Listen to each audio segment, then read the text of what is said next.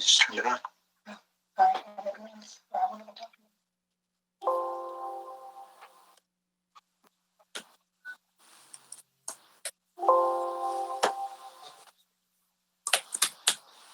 Okay, I take it we're all set. I'd like to call to order our December 9th, 2020 Planning Commission meeting. At this time, I'd like to stand and say the pledge.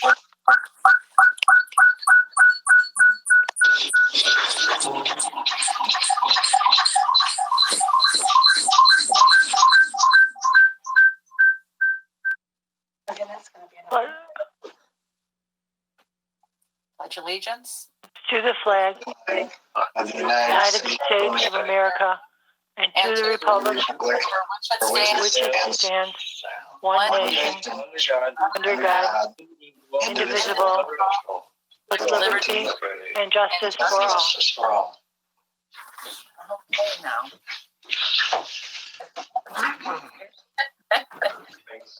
Okay, Lori, roll call, please. Jan Platow, Here. Ken Carroll, Here.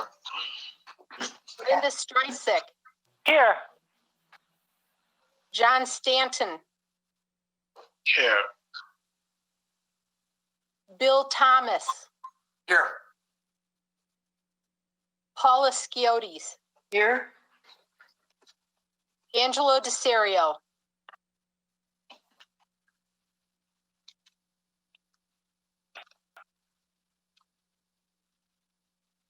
Okay, I did get an email that Angelo was not going to be present tonight. So at this time, I'd like to, I need a motion to approve the minutes for the meeting held on November the 10th, 2020. Bill moved. Bill Thomas. Second. I got a motion from Commissioner Thomas. Do I get a second? Me, Paula Skiotis. I'll second it. Okay, from Commissioner Skiotis. Roll call, please. Bill Thomas, Yes. Paula Skiotis, Yes.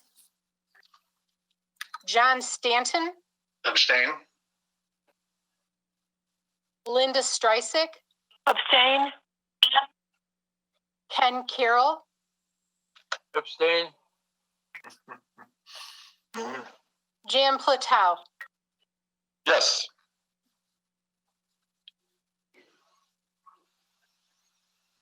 Okay, our first new business is the request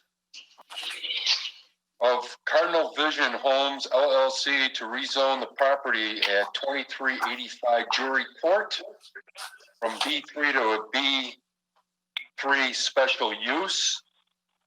That is number SU-20-7-12-1. Do we have someone here from Cardinal Vision Yes, to represent? yes.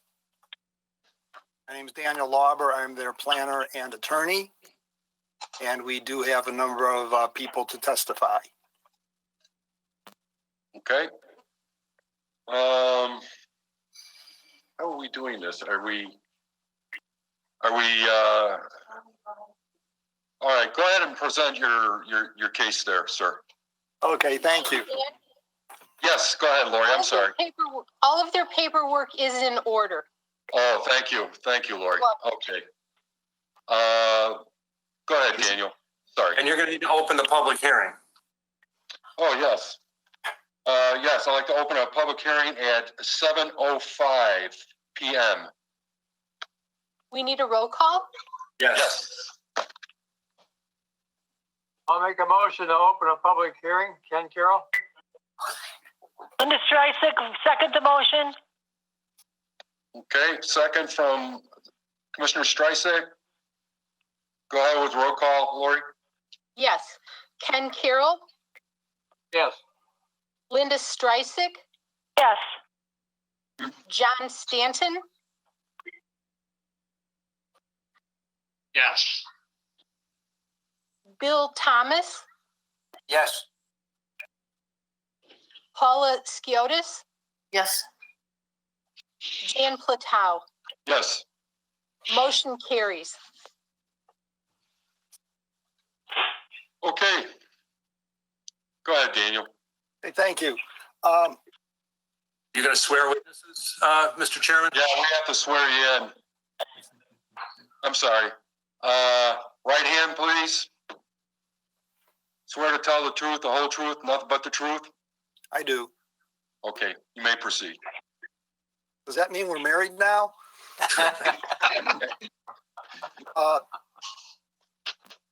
The Cardinal Vision Homes has before you a petition to obtain a special use permit to establish an assisted living home for the elderly with physical disabilities at 2385 Jory Court. Under Crest Hill zoning, this is listed as a residential use, but it does require a special use permit in the B3 district. We have 3 witnesses to present where we hopefully will be demonstrating that we meet the 6 standards in the zoning ordinance to award a special use permit. I imagine the most appropriate thing to do would be to start with explaining exactly what this is, because we all hear the phrase assisted living all the time, but what exactly does it mean? So I'd like to call on Patricia Smith as our first witness. Would you like to swear her in? Patricia, do you swear to tell the whole truth and nothing but the truth? I do. You may proceed. Pat, could you first give us a brief summary of your qualifications in this work? Well, I've been in the senior care industry for 40 years, which means I started in 1980, hence why I look like this now. I run the 5th largest home health care company in Illinois, had 350 nurses, physical therapists, and occupational therapists working under me. I have been the director of 11 communities, 5 of them being assisted living communities. And I currently own Ella Home Care, Ella Senior Skilled Staffing, which we staff skilled nurses, and Ella Senior Management. I consult and manage shared housing. What exactly is proposed here by Cardinal Vision Homes in terms of what sort of people are served, will live there, and what is the licensing? Shared housing is licensed under the Illinois Department of Public Health. It houses seniors 16 or less, the age of 55, that needs assistance with daily activities. It means bathing, dressing, medication reminders, meals. We do not take Alzheimer's. We do not take anyone that is under the age of 55, nor anyone that needs 100% care. This is less than 50% care of their activities of daily living. So they mostly get around on their own, but they need a little bit more care where they can't live alone. Okay, so if under this license, it's solely restricted to people with these physical conditions that need daily assistance with their daily life activities, but this license does not cover people with memory issues, for example, right? No, it does not. So if somebody ever wanted to, assuming this is approved and built, and 40 years down the road, somebody wanted to buy this building to set up a assisted living for people with memory issues, they need a whole different license, wouldn't they? That is correct.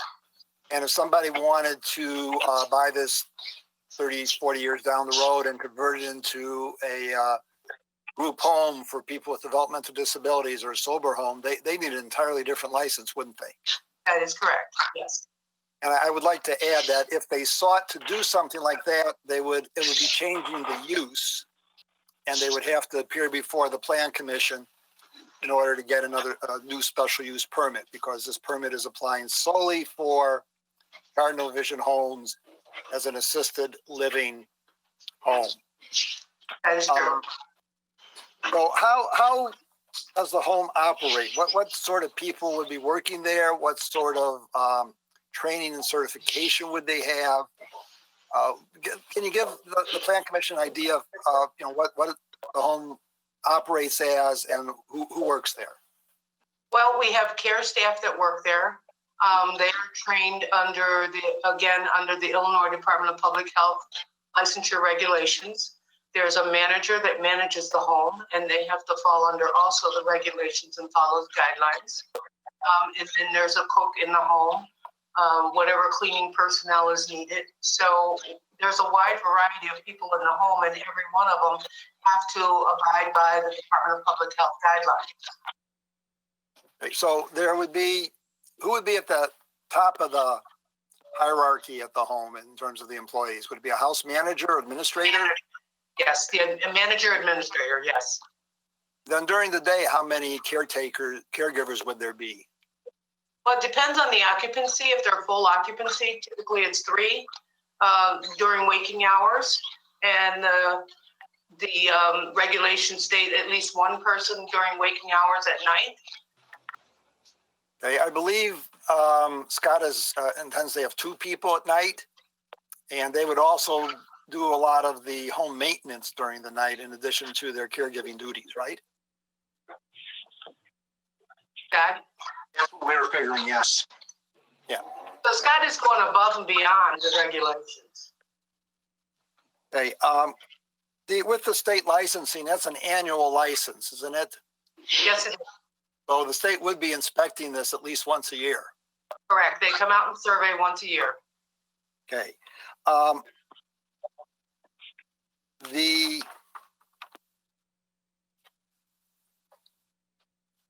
So the residents of the home, would they tend to be largely indoors most of the time or outdoors most of the time during good weather? Most of the time they're indoors. During nice weather, they do tend to take walks around their home, just the same as if they were living at home.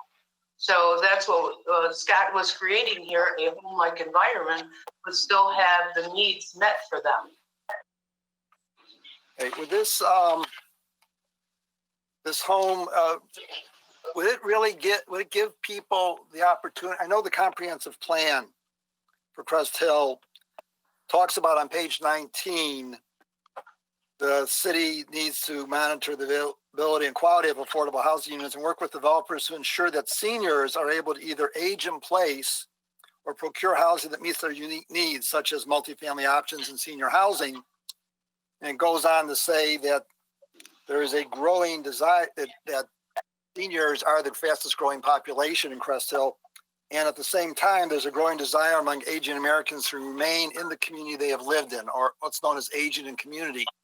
Would this home help achieve these provisions in the comprehensive plan of the city? I think it would.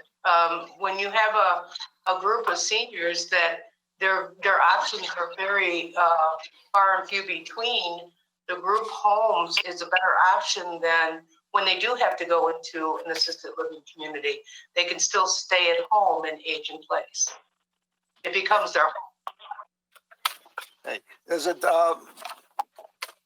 function sort of structurally emulating a family where the staff is really in the role of the overseers or parents and the residents are in the role of the siblings?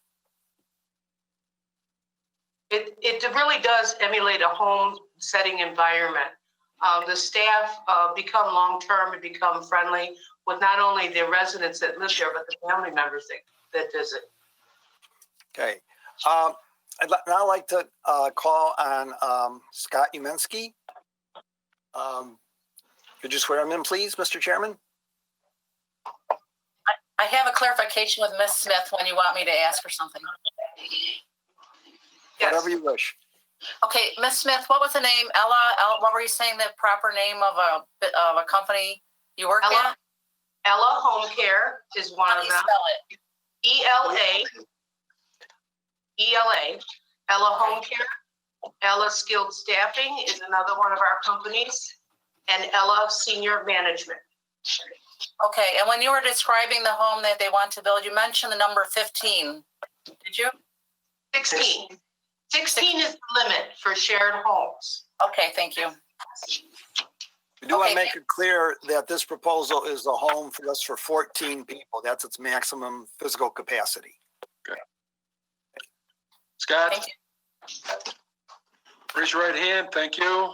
You swear to tell the whole truth, nothing but the truth? I do. Okay, you may proceed. Okay. Scott,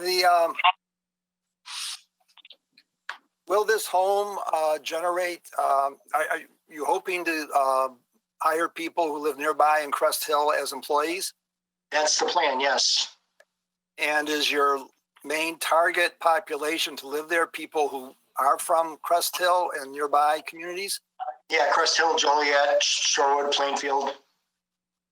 And this will enable them, I presume, to, as we talked about with Pat, age in community. Is that right? Correct. And be close to their loved ones. That's pretty important, isn't it? Absolutely. I mean, the closer you are to a relative, that's, you know, that makes it all the much easier to see them more often.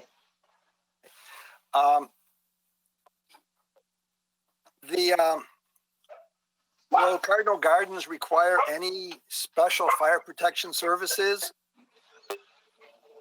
No, the building will be up to current codes, and it will have sprinklers and the fire alarm system, so it will be actually more protective than most businesses nowadays. One of the concerns that often comes up is that an assisted living home will be under a nonprofit ownership and not pay property taxes or sales taxes. What's the situation here? No, we are a for-profit business, and the home will generate property taxes. And you'll also be paying This sales conference tax. will now be recorded. Yes, we will also be paying sales taxes. This conference is no longer being recorded. Uh-oh. Is that the voice of God? What is a lot of people often get worried with housing for seniors about a lot of ambulance calls. You've done some research on this. What did you find? Yes, the Alden Suites over here in off of Black Road in Shorewood,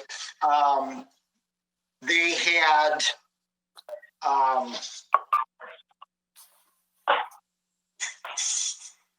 their facility is 100-person facility, and it only generated 9 ambulance runs in a 3-month period. Equating that to a 14-person home, that's about 1.25 ambulance runs over a 3-month period for us, or about 5 a year. Okay. And I assume that if there is a concern about noise from the ambulances, that you can arrange with the ambulance services to turn off their sirens once they enter Jury Court, not turn them on until they've left Jury Court? I would imagine that would be possible, yes. Okay. Okay. Do you intend, now one of the standards has to do with, you know, in all other respects, conforming to the applicable regulations of the zoning ordinance and city regulations and codes. Do you intend to fully comply with the rest of the zoning ordinance and the rest of city codes and regulations? Oh, yes, absolutely. I mean, that's part of doing business and part of trying to build a structure in today's world. You have to, it all has to be done to current codes and current specifications, and the Illinois licensing, the Will County Health Department licensing, and obviously City of Crest Hills codes and licensing. Okay, thank you. We'd now like to call on Tom Carroll. You could swear him in, please. Sure. Tom, you swear to tell the whole truth and nothing but the truth? I do. You may proceed. Could you give a little bit of background and your professional expertise? Sure. I'm a professional engineer and principal with Geotech Incorporated, engineering and land surveying firm in Crest Hill. I've been practicing as a professional engineer for about 25 years. Okay. Does this site have adequate utilities and access roads and drainage that are necessary for the home to operate? Yes, the parcel is located in a fully developed business park. So there's city water, city sanitary sewer, roadway network that connects to Caton Farm Road, and off-site stormwater detention that would accommodate the development. Would this, does it need any off-site utility extensions at all? No, the utilities are within the Jory Court right away. Is there anything about this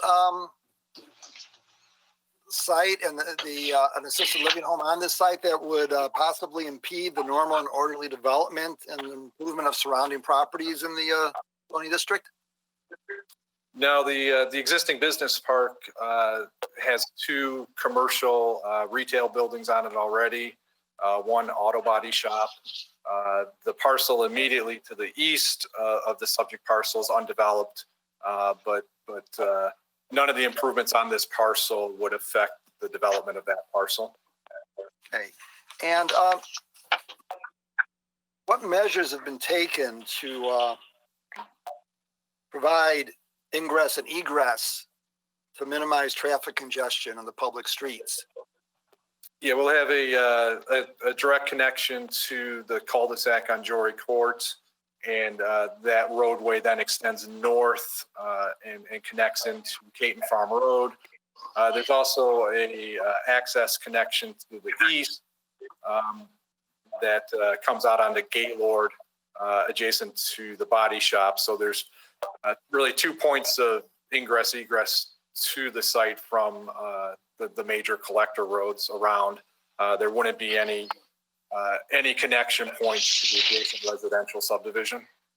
So there really would be extraordinarily unusual situation for someone to drive to Cardinal Gardens through the residential area because access is available from those two access points you gave, right?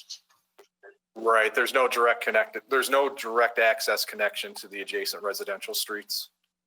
Okay. What about parking? How many parking spaces does this provide? I know the zoning ordinance requires 10 spaces. This provides how many spaces? I believe this provides a total of 12 spaces. Okay. There's 10 of them are on the in the parking lot, and then 2 are in the garage. I believe, yes, there's 2 in the garage and then the remainder in the parking lot. Okay. Okay, now it's my turn. I've been a planner for, oh my God, 48 years. And in the course of that, I've done a ton of work with group homes and other congregate living arrangements, including research on the impact on property values. And one of the concerns always with any kind of congregate living arrangement, including assisted living, is will it affect our property values? And more than 50 studies have been done, including one that I did here in Illinois. And they all use different scientific methods, but the overwhelming conclusion is that as long as these homes are not clustered together on a block and they have the appropriate license, they have absolutely no effect on property values or property turnover or neighborhood safety. I mean, I can speak from personal experience. I lived next door to a group home for 12 adults with developmental disabilities in Southeast Evanston for a few years. And just from my personal experience, it had no effect on my ability to sell my 2-bedroom condo when I got married to a woman who came with 2 preteens, two cats and a dog who just were not going to fit in a 2-bedroom condo. And indeed, the apartment, the 3-story apartment building on the other side of the group home, the day it was put on the market, it sold. I would have loved to have grabbed that. I'd probably still be living in Evanston if we did. The studies, and I can, if you need an anti-bibliography, I can provide it. They tend to cover, I'm totally candid about it, a whole array of different congregate living arrangements, most of which are the residents are much more active in the community. So we're talking about group homes for people with developmental disabilities or mental illness or sober homes. This is a population in an assisted living home that is much less active in the community and tend to be more according to themselves, not really integrating that much with the neighborhood. So if all these other uses that are much more intensive in the neighborhood have no effect on property values or property turnover and neighborhood safety, it stands to reason that assisted living homes would also not have any adverse impacts on property values, property turnover rates, or neighborhood safety. Okay, so if I may try to tie it all together, the city has 6 standards for granting a special use permit. We have introduced testimony to you regarding that the establishment's maintenance and operation of this use won't be detrimental or endanger the public health, safety, or welfare. In fact, the license helps protect the general welfare by protecting the people in the home and assuring that the operator complies with the fairly demanding requirements of the shared housing license from the Illinois Department of Public Health. There is simply nothing conceivable that we can think of that would suggest that this home would pose any threat to the public health or welfare or safety. It is adequately staffed with trained and certified professionals. And it helps achieve the aims of the city's comprehensive plan. And as you're probably exhaustively well aware, zoning is intended to implement a comprehensive plan, and zoning decisions should be in accord with a comprehensive plan, which this would be. We also know from all the research on property values and the impacts or lack of impacts of homes like this, that allowing this will not be injurious to the use or enjoyment of other property in the immediate vicinity for the purposes that are already permitted, and won't substantially diminish or impair property values within the neighborhood. I should add, in the home itself is in a B3 district. It's surrounded by commercial uses. There is a substantial fence separating it from the residential district to the south and the west of it. And the residents of the home are not people with memory impairments. So their major issue is their physical being able to get around. They're not going to be wandering around aimlessly lost because they've got their full mental faculties. They're just like anybody else, except they physically cannot fully take care of themselves.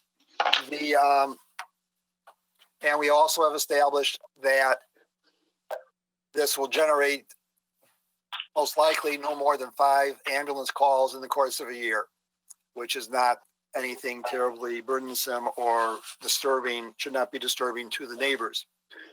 The third standard is that this won't impede normal and orderly development and improvement of surrounding property values for uses permitted in the district, which is strictly speaking about the B3 district.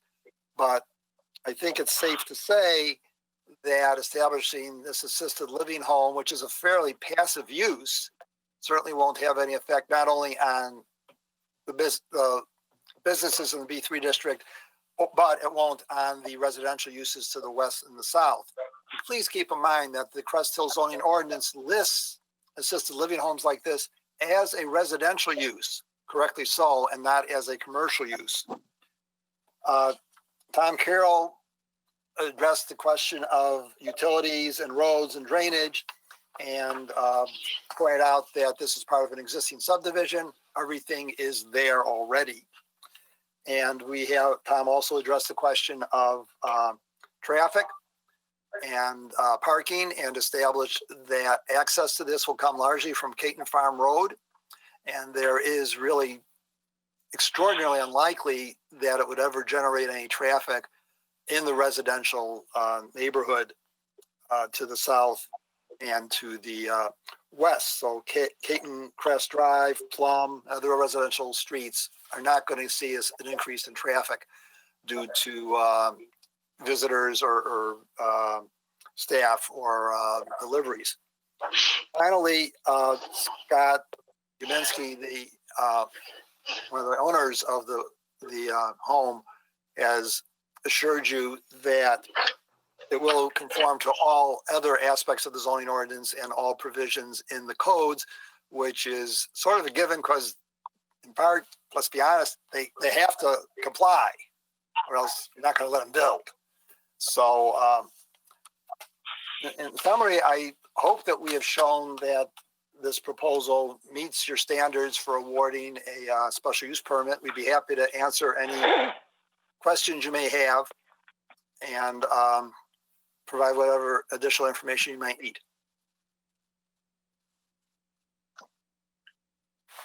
Okay. I see we have some additional people online here. Is that the public out there? Like Jeff and Janet? Those are actually my business partners. Oh, business partners? Okay. Anybody else? Do I see like caller 1 and caller 2 out there? Caller 1 is me, Linda Streitzik, I believe. Oh, I'm sorry. Okay. Actually, Linda's on as herself as well. Is she on in both places? Caller 1 and? Oh, okay. I'm on the phone because it wasn't loud enough on the screen, so when I use that microphone. All right. Okay. Caller 2 is Tom Bite. I'm an architect with Bouchard Bite. Okay. Can you tell me who that is again, please? I'm sorry. My name is Tom, and last name is Bite. I'm an architect with Bouchard Bite in Joliet. That's spelled B-A-J-T. He is the architect for this home. Thank you. So, Mr. Chairman, if you do have any questions about the architecture or the site plan, Tom can answer them.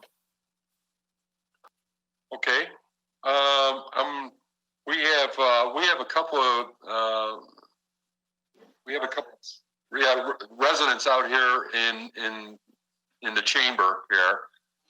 We would like to get them up to the podium and kind of swear you guys in and kind of get you to give your public comment. So who would like to go first? Actually, Mr. Chair, I guess what you should first determine is whether they want to cross-examine any witnesses, whether they want to make public comment, or whether they want to testify themselves. Are you making public comment? You want to cross-examine? I have a question. I have a couple of questions cross-examined. I have a question. I see the problem. Okay. All right. Why don't you go ahead up to the podium, please? Okay. I'm sorry. I got to turn myself down here.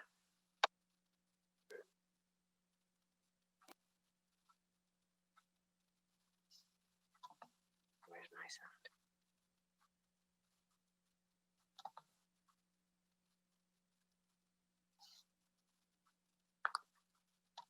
Okay.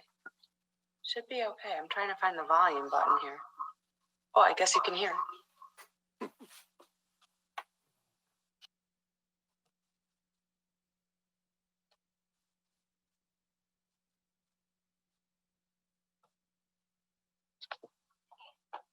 Go ahead, say your name. Hello, everybody. My name is Mike Cuccinata. I am original resident of Caton Crest Commons. I've been there for 23 and a half years. My property was the third property built in that subdivision in 1997. Back of my house faces a lot in question. From my property, my patio doors, my deck, I could see all the way through right the speedway. So I know this property very well. The intentions of this property might be fine as far as the assisted living goes. But here's the problem nobody has addressed, is about the noise of this property and why it is not a good idea to put this assisted living home on this property. And I will go over with you several different scenarios, which I think everybody should listen to, maybe even write them down, because they are important. This involves seniors, and they all have the right to live there, but they also have the right to live in peace and quiet. So without any objections, I have a list here of 9 different things I would like to go over with you and the people representing the property. In front of me is the radio station building right there. Right next door to that, off to the left of the property, there is what I call a Comcast substation. It's a building that's right there. You're going to be feet away from that building once your building goes up in place. Now, this building goes off, it generates. It could go off for hours or it could go off for days. Imagine a large generator sound, not a small one, a large industrial generator going off, the kind of noise that makes. It was just Saturday it went off for 45 minutes. Like I said, it comes on a couple times a week, and the noise it makes, I had to move my daughter from the back bedroom to the front bedroom just because of the noise that it does make. This is no place for any senior to have to listen to that kind of noise. And being so close to the property, if anybody's been on that property, they know the building in question. You can't miss it. Once your building goes up, you're going to be feet from this building. I'm a block away, and I hear it very loudly, as maybe my other co-resident here will address.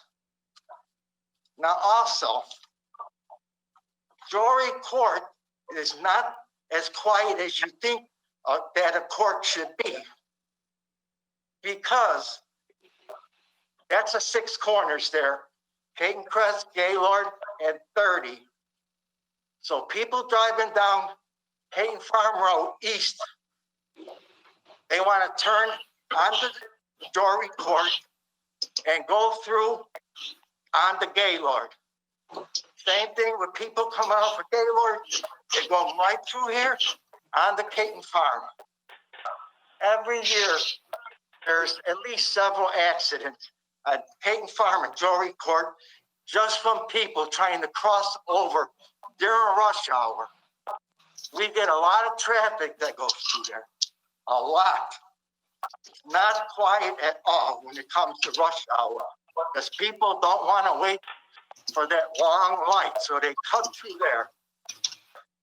And also, the strip mall behind me, where Lucano's is, the pizza place, then you got the liquor store.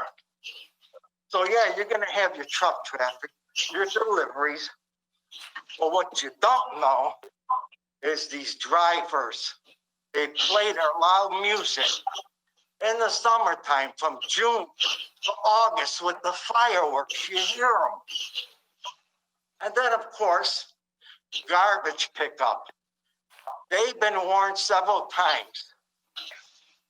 Myself and other residents have complained. We've got a noise ordinance. They come and pick up the garbage right there where that property is going to be sitting 5, 6 o'clock in the morning, banging the containers onto the ground get early. That's not something I would recommend for any senior. They have to put up with that kind of noise. But the drivers, there's at least 8 or 10 of them. It's a very busy place. Winter time comes, snow comes. What do? They get in their trucks and they want to do donuts right there. Like idiots, these kids. That's what they do in the winter time over there. I got 23 and a half years of watching these people. I know this is not the place that you think this is. Very, very noisy. Then my yard is fenced in, but we have other people's yards that are not fenced in.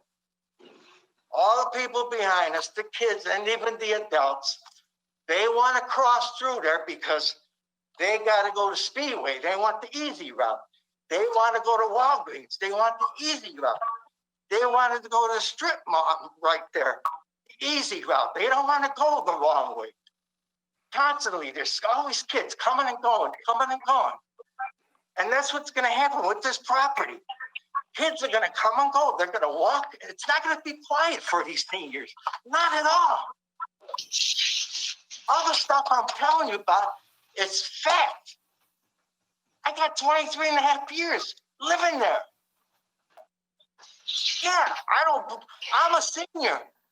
I don't want to see these seniors go through that. Because this is the kind of stuff that they're going to have to deal with.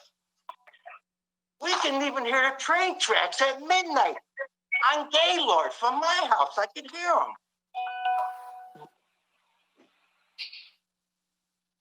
And then we got the mechanic shop.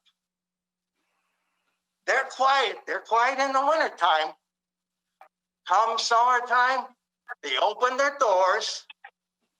That's all you hear is impact guns. All day. That's what you hear over there.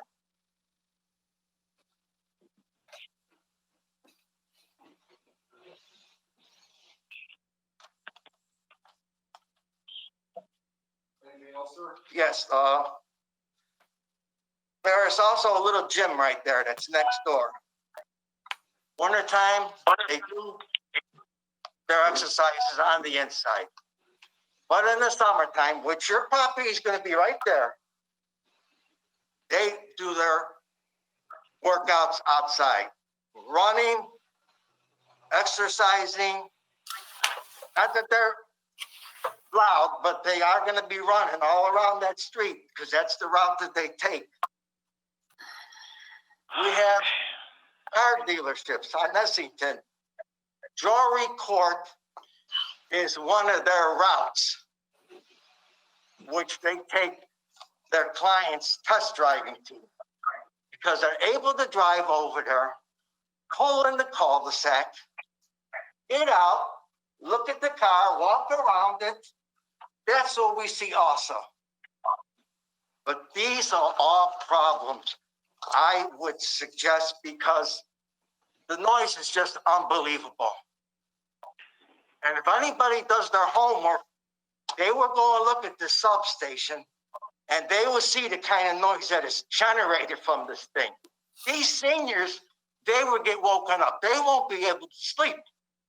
And I don't think they're going to move the station out of there. That's pretty permanent to me. And it ain't going anywhere.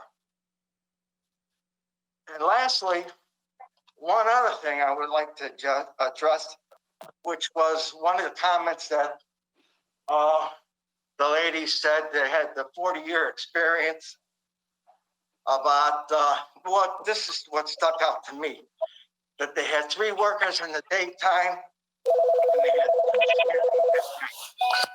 2 take care of 16 people. Well, my daughter was a CNA right across the street at Willow Falls for 4 years, I'm sorry. And then I have some cousins and stuff that are currently CNAs looking to get their nursing degrees. And I gotta tell you, I have never seen or asked or been told from one of them that they had to not take care of their patients and neglect them to go clean. A CNA's job is not to clean. It's to take care of the patients in the home.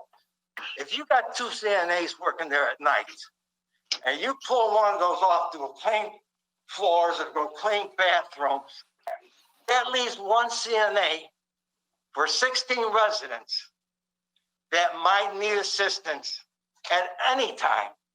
So how are you gonna, one CNA while the other one's cleaning, which I don't think should be right, they're there to take care of the residents. You bring in your own maintenance people. You take away CNA. I made your point there, sir. Okay. Anything else besides that? Well, I would just say this is not a good site for this home. Idea-wise, fine. Location-wise, bad, very bad. There's just too many challenges. These residents won't be happy. Thank you.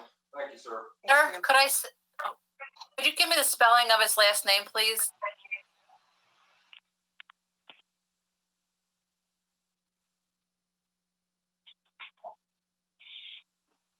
Okay. My volume is up. Do you need to say anything? I just turned it up. Okay, go ahead and talk, or are you inviting her? You're okay. I don't really have a whole lot. Okay. Why don't you just go ahead to the podium? The court reporter needs to Turn everything off. the last gentleman. Jan? Go ahead and say your name. Hi, I'm Kathleen Mrazek. I live off of Peyton Crest Drive. I've been there for 10 years. I have recognized some of the issues that my fellow resident brought up, but for me, they haven't been significant issues.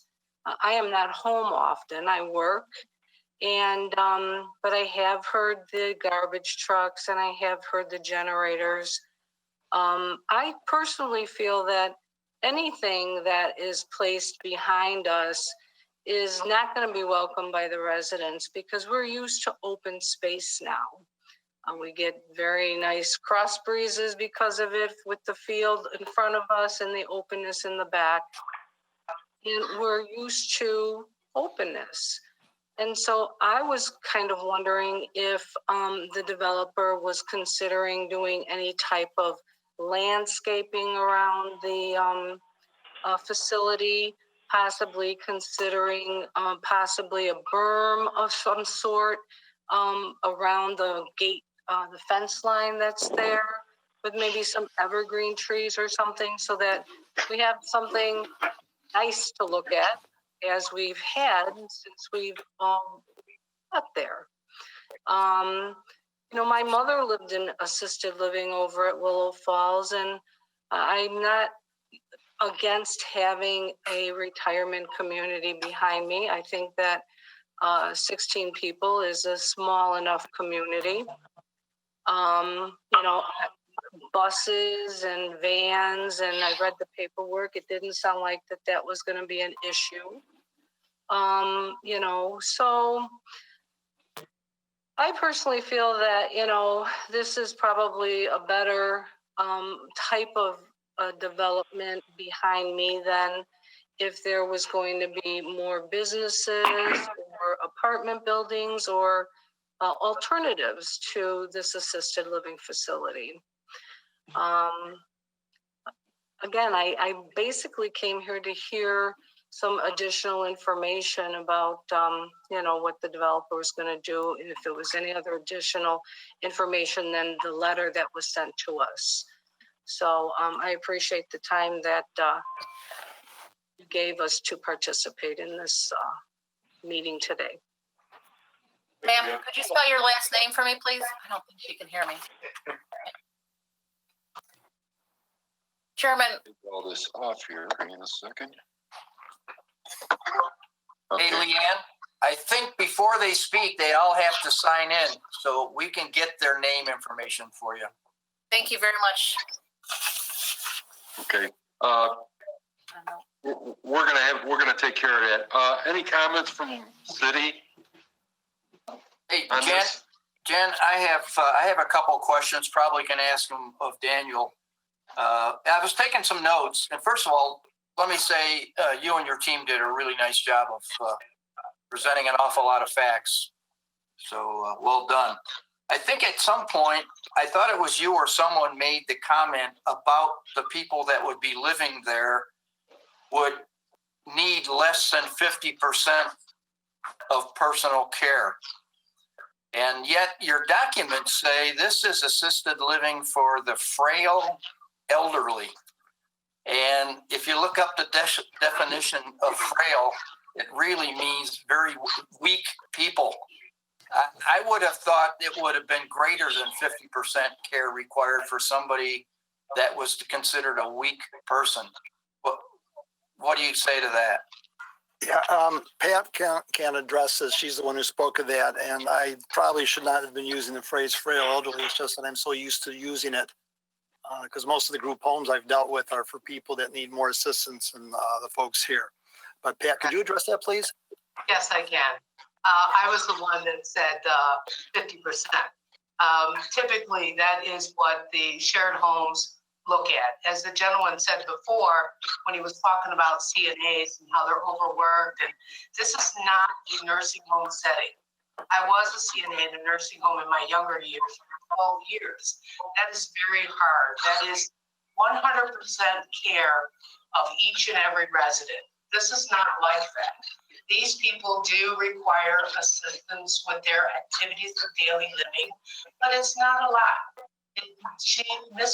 One lady might only need a minor hands-on assist with helping her unbutton her blouse or things that she can't do for her fine motor skills. Somebody else might only need assistance taking a bath, standby assistance, but no hands-on. So every one of these residents in these senior homes don't need usually more than 50%. In fact, the state licensure even states that if they need more than 50% of 2 ADLs, they have to look elsewhere. So they have to be at that level to retain the license. All right, I have another. Thank you. Okay. I have another just curiosity question. Even though there are only 14 bedrooms, would there be a chance that a husband and wife could stay there together in a bedroom? Yes. So it would be more than, I don't know, the other two people were saying 16 people, but I was thinking 14 people for 14 bedrooms, but there could be more than 14 people. Well, yes, what happens, Scott is only applying for 14 residents. It goes by residents, not the amount of beds. So if we come across a couple that typically it's the husband taking care of the wife. He needs to stay with the wife. We could just apply to the state to get those other two resident license and do a 16 if that person is independent. It does happen, but most of the time we're not at full occupancy every minute. So that could change. But Okay. Never, like I said, the state dictates our license. That's applying for 14. Okay, and I'll just make a comment. Somebody had said when the fire or police come into the community, can they be told or asked to turn off their sirens? And I happen to live along with Ken in the largest adult 55 older community in Crest Hill. And I'll tell you, the Lockport Fire Protection District and the Crest Hill Police are very easy to work with. And as soon as they enter our grounds, they turn off their sirens. It would be so disturbing. So they obviously do that out of respect for the neighborhoods, particularly the elderly neighborhoods.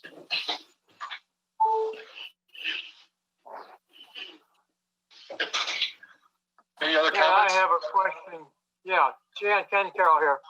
What about food and and medications. Are you folks responsible for making sure that these people eat and they do take the proper medication? Yes. Yeah, could you address that? Sure. There will be a cook on site to prepare 3 nutritious meals a day. Also, the medication will be medication reminders that is set up either by a family member or a registered nurse, and the caregivers will do medication reminders. And normal everyday maintenance, who takes care of that? I'll let Scott address that one. For me? Scott? Yeah. Well, being it's going to be a brand new building, I don't assume that there's going to be much maintenance as far as interior stuff for a little bit of time. As far as the exterior, like the landscaping and everything, that'll be done by a private, lawn firm. Okay. I have a question. Commissioner Stanton, go ahead. Yes, great idea, but I have a couple of questions about the siting. However, the building itself with the neighbors, it's somewhat of a buffer. It's actually a good buffer for them, but I can appreciate this fella that came up addressing all the issues on the noise and what have you. I understand that there's a minimum, that you're meeting the minimum standards as far as parking. Are those minimum standards for residential, or is that for business? The standards are in your zoning ordinance for an assisted living home, specifically for an assisted living home. We are exceeding those standards. They require 1/2 space for each resident and 1 space for the maximum number of staff there at a time. So there's 14 residents, 7 spaces, and 3 staff. The site plan, as it currently exists, provides 12 spaces. There's 10 on the parking lot and 2 spaces in the garage. Yeah, you're counting 2 in the garage. So I'm assuming the garage is going to facilitate lawnmowers, equipment, and storage, etc., for the facility. Well, Scott has assured me that the garage is going to be used for parking, the administrator and 1 other staff member. There's also been arrangements made by Scott with the Hope Methodist Church. It is on Caton Farm Road, about 300 feet away from this home, for overflow parking should it ever be needed. Okay. We do know from the Institute of Transportation Engineers that the peak parking times will be, depending on the day of the week, between 11 a.m. and 2 p.m. Parking demand is very low in the morning and very low in the evening. So they're going to get visitors, if they're going to get visitors at all, between largely around lunchtime. I'm sure it will be very high during celebrations like holidays, etc. So you're expecting the visitors and what have you to park on the cul-de-sac, which I don't think it's very safety at all, especially with the equipment going, with trucks and businesses going through there. So but what I'm suggesting that maybe you consider adding maybe 6 more parking by shifting the building southwest. I think you could facilitate that. And then, of course, fencing is very important because, nowadays I'm a senior myself. I can have a senior moment that we can lose ourselves to the yard without any fence around it. So I think it's important to put that in. And then, of course, landscaping to help, to improve the image for the neighbors. However, I would really highly reconsider all these issues that were brought up, and I don't think it's a good site for this. Great idea. I'm all for it. I'm sorry that I have to say this. What? Can I ask a question? please, what would be a more appropriate site? I would say at least within the residential development. I understand you're buffering the residential, but the problem is you're sharing the same street, the same cul-de-sac. Cul-de-sac is not an easy thing to go maneuver a car around. Definitely not in a facility like this. I would like to say something, please. Commissioner Skiotis, go right ahead. When I drove through there, I had absolutely no problem getting in off of Caton Farm Road and going out onto Gaylord. It was very easy. I didn't have to make a U-turn or anything like that.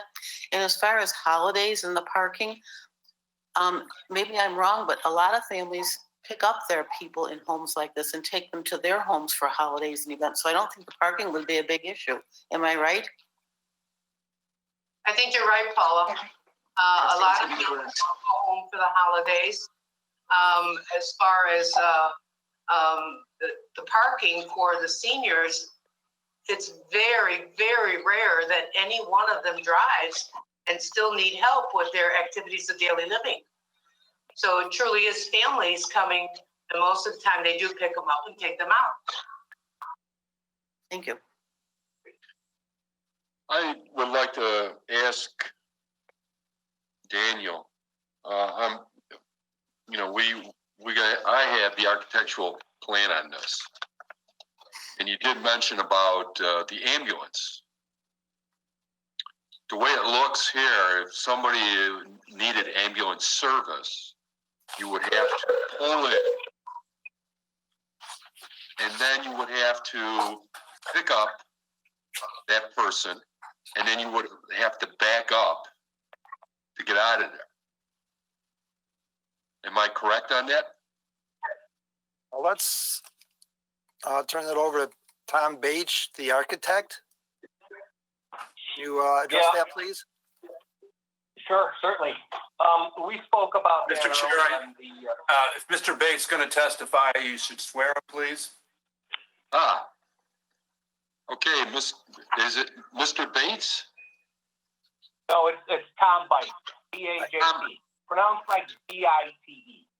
Okay. Tom, I'm going to have to swear you in. You swear to tell the whole truth, nothing but the truth? Yes. I think that was a yes. Yes. Okay. Can you hear me? Yes, you may proceed. We spoke about that early in the design of the site. Being that Jory Court doesn't necessarily allow for two entrances, what we spoke about is the ambulance or a vehicle. Yes, they could pull in front of the building, and yes, they could pull forward and into a space and then do a U coming and going back out on Jory Court. Or they'd have to be educated to the fact that, yes, they'd have to pull in the front and then back up towards the north and then go forward.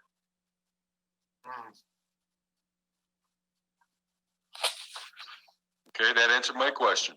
Hey, I think one thing you have to keep in mind is in the city of Crest Hill, almost all the time when someone calls an ambulance, they also get a fire truck. Right. Both come together. And a fire truck having to back up is not something that we would want to propose. That becomes pretty dangerous. Right, thanks, Mr. Chairman, if I may note, the fire truck, having had an emergency ambulance myself once, the fire truck isn't going to go in the parking lot. It's there simply because the firemen are also the EMT people, so they keep them together. So the fire truck will stay in the cul-de-sac. It won't. There's no need for it to go into. But even the way this is designed, okay, even if they was to pull to the north side or northwest side of the building, they still would have to back up. So Stay in the cul-de-sac. Yeah. Well, I don't know any fire department is just gonna pull in a cul-de-sac and walk in, so. Any other comments from the commissioners? I have another. Since we understand that there's noise out there, is there any noise protection on the building, including the windows to deflect the noise? Well, since the noise has been discussed as far as the generator just now, there could be added precautions on that north side as far as noise. The glass could be a triple insulated piece of glass. There also, as far as the construction of the building, of course, we're looking at a masonry type building, brick and stone. So that enhances the issue as far as noise automobiles. Okay, I suggest that you use maybe triple glazing glass to subdue the noise or deflect it for the windows, because that's important for the bedrooms.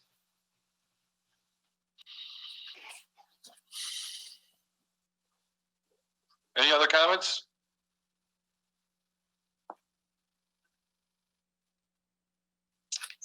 Any comments from the city? Mike, do you have any comments or no? No, I don't. Do you have anything to add? Okay, at this time, I'd like to, Mr. Chairman, before you close, can we answer some of the questions that were raised? yes, go ahead. Okay, thank you. Questions were raised about landscaping, and I think Scott can address those. Yes, sir. The property will be fenced through the whole rear perimeter, and then a landscape berm and planting buffer will be added along the, let's see, it would be the, well, whatever butts up to the west and to the south. There's a landscape buffer that's planned for the west and the south ends of the home. And isn't there's a 30-foot building setback at the south side, which allows for plenty of landscaping. Correct. And does maintain some open air that, as was mentioned by one of the citizens, it does maintain open air that people are kind of used to in that neighborhood. That seems to be correct, yes. Okay.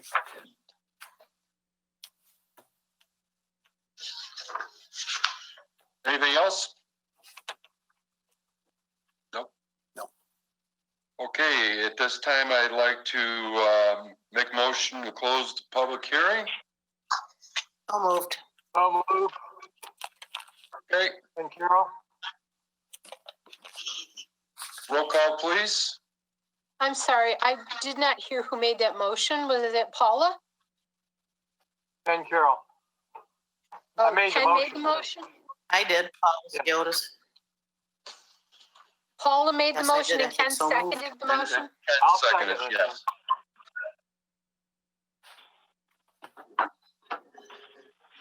Thank you. Paula Scotus, Yes. Ken Carroll, Yes. Yes. Linda Streisick, Yes. John Stanton, Yes. Bill Thomas, Yes. Jan Platow. Yes. Motion Okay. carries. So the public hearing is closed. The time is 10 minutes after 8. At this time, I'd like to ask a motion to approve or deny the request.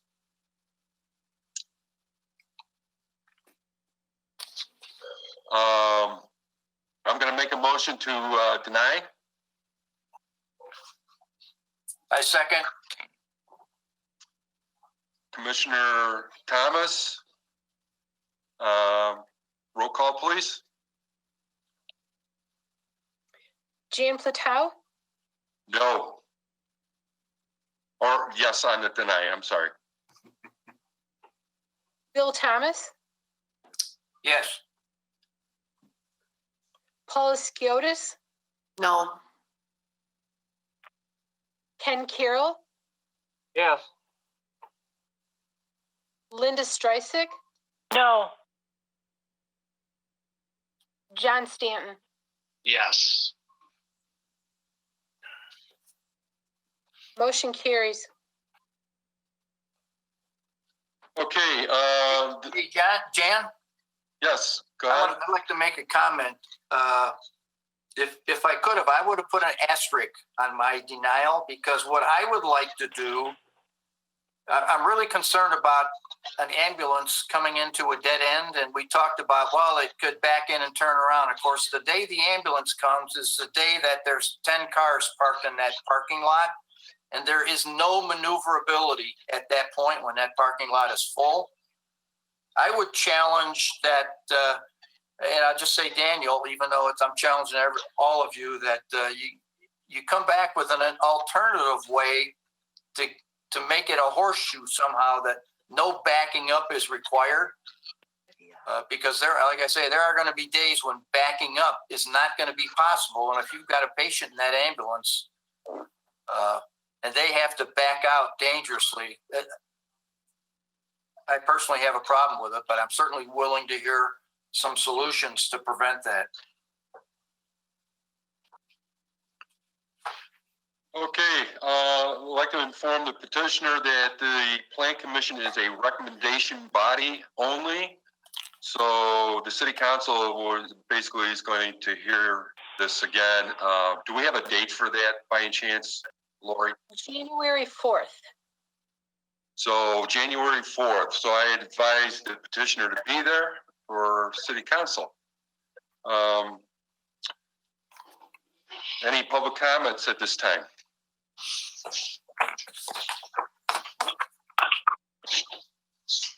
Okay, if there's no public comments, I'd like to make a motion to adjourn. I'll second the motion. Motion by Streisig. Stanton, second.